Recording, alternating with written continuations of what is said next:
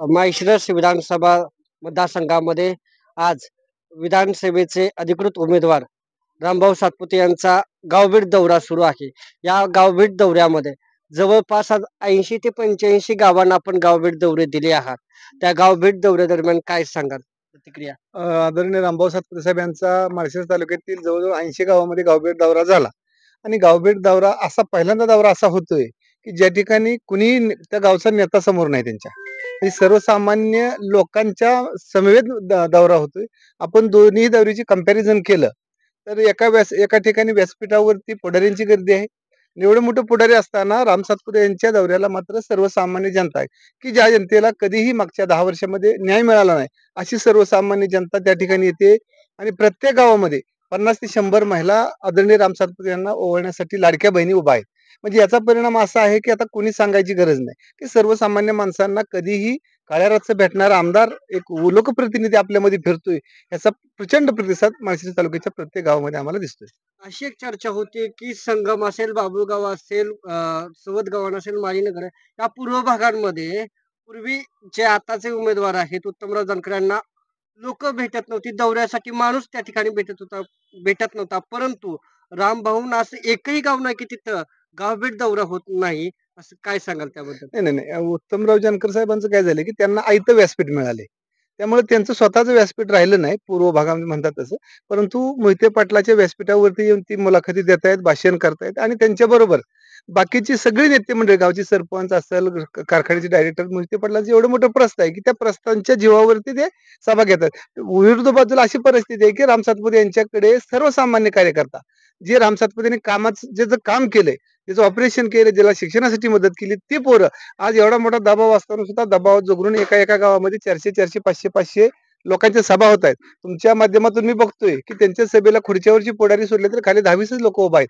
याचा अर्थ असा आहे की जशी सुप्त लाट येते ती लाट आल्यामुळे त्यांना लोकांमध्ये काही दबावामुळे लोक बोलत नसतील, पण येत्या 20 तारखेला मनामधली जी खदखद आहे ती कमळाच्या पुढचं बटन दाबून व्यक्त करतील असा मला आशावाद आहे. शिवरत्नावरती प्रचाराचा नारळ फुटला त्यावेळेस आपल्यावरती टीका टिप्पणी करण्यात आली. त्याबद्दल काय सांगाल? नाही, नाही. ज्या माणसाने टीका टिप्पणी केली, एक नेतृत्व होतं की त्यांनी प्रचाराच्या नारळामध्ये बोलले गेले, की समाजाचा उमेदवार उभा राहिलाय. परंतु तशा माणसाबद्दल मी सांगेन, की ज्यावेळेला 90-95 ला सुभाष अण्णा उभे होते, तेव्हा अख्खा तालुका त्यांच्या दारात जाऊन बसला होता, की तुम्ही आता अण्णांचं काम करा, अण्णा निवडून येतायत.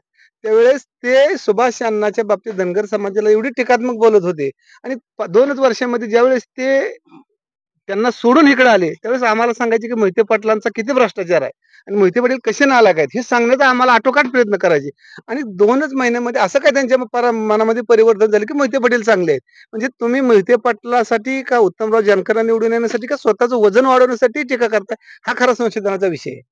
लोकसभेच्या अगोदर ज्यावेळेस मुलाखत घेण्यात आली, उत्तमराव जानकरांनी सांगितलं की माझा डीएनए चेक केला तर भाजपचा आहे आणि आता डीएनए चेक केला तर राष्ट्रवादीचा आहे. त्याबद्दल काय आता सांगाल? कसं एवढे मोठे नेते आहेत की डीएनए चेक करण्यासाठी खूप खूप मोठी सिस्टीम असते आणि त्या सिस्टीम काय झाली माहिती का, त्यांचा डीएनए चेक करण्याची सिस्टीमच कोलॅप्स झाली आहे. तिकडे गेल्यानंतर त्यांचा ज्याचा डीएनए खराब आहे तिथे चेक करून काय करणार. समजा आपण एखाद्या लॅबवरती शिक्का पडलाय की इथं जिथं चेकिंग केलं जातं, तुम्ही बघा आता त्यांना टीका करण्यासाठी तुम्ही फलटणला एमआयडीसी होती तर डबल झाली, इंदापूरला पूर्वी एक एमआयडीसी होती तिथं डबल झाली, पंढरपूरला होती तिथं झाली, सांगोला एमआयडीसी आहे.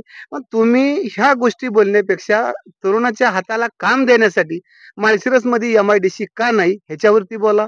शंकर सहकारी साखर कारखान्याने 2600 रुपये दर दिलाय. त्याच्याच बाजूला आपल्या खासदार साहेबाच्या कारखान्याने 31 रुपये कॅश पेमेंट दिले, त्याच्यावरती तुम्ही बोला. तुम्ही मुद्द्यावरती बोलत नाही आणि समाज समाज समाज प्रत्येक वेळेला समाजाच्या नावाखाली तुम्ही मतं मागताना एकीकडे तुम्ही इंदापूरचे मागच्या सभेमध्ये त्यांनी ज्यावेळेस सोलापूर जिल्ह्याचे पालकमंत्री भरणे मामा होते त्यावेळेस तुम्ही काय म्हणला की भरणे मामा असा काही तरुण कार्यकर्ता ज्यांनी माळशिरससाठी कोट्यवधी रुपयाचा निधी दिला आणि मात्र तुम्ही पक्ष बदलला का, तुम्ही त्याला उंदीर मामा म्हणता. मग मामा धनगर नाहीत का, मामाचं डीएनए चेक करायचा का. उलट त्यापेक्षा लोकसभेला ज्यांनी आता महाराष्ट्रामध्ये ओबीसीचं नेतृत्व केलं असे लक्ष्मण हाके उभे होते, ते समाजाचे होते. त्यावेळेस तुम्ही धैर्यशील बायांचा प्रचार केला. म्हणजे तुम्ही समाज रचना फक्त स्वतःच्या स्वार्थासाठी वापरून घेताय आणि समाज रचना स्वतःच्या स्वार्थासाठी वापरून ह्याच्यामध्ये हित कोणाचं होणार आहे. तर स्वतःच जर समजा मोहिते पाटील खासदार झाले, तुम्ही आमदार होताल, परंतु जे खाल्ले कार्यकर्ते आहेत जे राम सातपुतेला काळ्या रातचं फोन करून निधी मागतायत, तुम्ही बघा पश्चिम भागामध्ये आज आमच्या पश्चिम भागातल्या 22 गावामध्ये पिण्याच्या पाण्याचा प्रश्न आहे, शेतीचा प्रश्न आहे.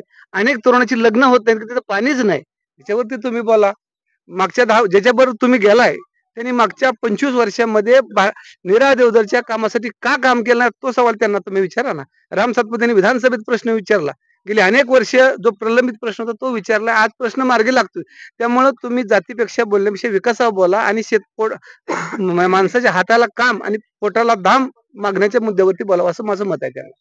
दुसरं एक आव्हान केलं जातं की एक समाजाचा निधी, एक समाजाचा उमेदवार, एक समाजाचा आमदार होईल असं एक भावनिक आव्हान केलं जातं. नाही त्याबद्दल कसं समाजावरती आता हे बघा अनेक मुद्दे हुडकून म्हणजे महिलांवरती बोलायचं तर लाडक्या बहिणी खुश आहे त्या महिलांवरती बोलू शकत नाही. इतर समाज शेतकऱ्यावरती बोलावं तर सदाशिवनगर कारखान्यानं दर दिला नाही. तिथं तुम्हाला बोलायचं म्हणलं तर मोहिते पाटील तुम्हाला दुसऱ्या दिवशी प्रचाराला येऊ देणार नाही. त्याच्यावरती मी बोलू शकत नाही. विकासावर बोलावं तर तुम्ही बघितलं दिलवाले दुल्हनिया पिक्चर बघितलाय ना, त्या पिक्चर मध्ये रस्ते नाहीत तसे रस्ते माळशिरसमध्ये आहेत. त्यामुळे विकासावर तुम्ही बोलू शकत नाही. फक्त एकच मुद्दा त्यांच्यापाशी फक्त जात आणि जातीवरती बोलून गेले अनेक वर्ष जात जात करून ज्या सुभाष अण्णांनी संघर्ष केला आणि एक चांगला माणूस परवाच्या दिवशी ज्यावेळेस उत्तमराव जानकरांनी माग सुमित्रा पतसमितीच्या विरुद्ध मोर्चा काढला होता प्रांत कार्यालयावरती आणि त्या प्रांत कार्यालयात जिथं त्यांचं भाषण झालं बघा बघा आणि त्याच ठिकाणी ज्यावेळी जयश्री मोहिते पाटील फॉर्म भरायला तेच त्या ठिकाणी उभा राहिले मागं नाही पुढं नाही त्याच ठिकाणी त्यांना पाया पडायला लावलं तिथं त्यांचं दर्शन म्हणजे तुम्ही ज्याच्या विरुद्ध मोर्चा काढला त्याच माणसाने तिथं पाया पडले हिथं स्वाभिमान संपला ना म्हणजे समाजाची भावना जी होती आज बी सुभाषांना लोक देव मानतात कारण त्यांनी निष्ठेपेक्षा म्हणजे समाजाची सेवा केली स्वतःसाठी काय नाही मिळवता आलं तरी त्यांनी थांबले परंतु समाजाच्या प्रती त्यांनी दगाबाजी केली नाही म्हणून आज अण्णा मोठे तुम्ही तसे काम करा निश्चितपणे जनता एवढी वेळ 5 वर्ष रामभाऊला काम करू द्या आणि ओपन झाल्यावर तुम्ही 100% समाजाला घेऊन का आमच्या तुम्हाला शुभेच्छा राहतील.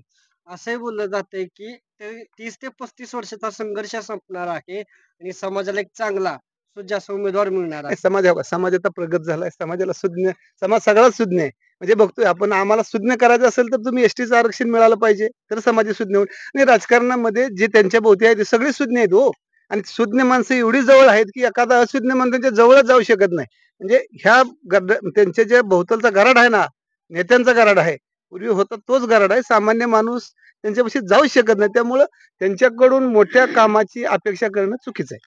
दाखल्याविषयी काय सांगाल? जी चर्चा आहे त्याच्याबद्दल नाही काय दाखला सांगाल? हा फार मोठा विषय आहे. आता आपण तालुक्याच्या राजकारणाविषयी बोलू, त्यांच्याविषयी बोलण्यात पण मी मोठा निश्चित नाही. पण राम सातपुतेच्या कामाविषयी 100% बोलीन आणि राम सातपुतेमुळे तालुक्याचं हित होईल, असं मला आशावाद आहे आणि आपण तुमचं जे चॅनलच्या माध्यमातून जे काम चालू आहे, त्याला पण माझ्या खूप खूप शुभेच्छा आहे, की दबलेला, पिचलेला आवाज तुम्ही कुठल्याही दबाला न बळी पडता सचिनसारखा कार्यकर्ता आणि तुम्ही हे आवाज जे सर्वसामान्य पर्यंत पोहोचवतात, त्याबद्दल तुम्हाला खरं मनापासून शुभेच्छा. मिरज विधानसभा संघाचे संयोजक बाळासाहेब सरगर होते. सर्वांचे या ठिकाणी धन्यवाद.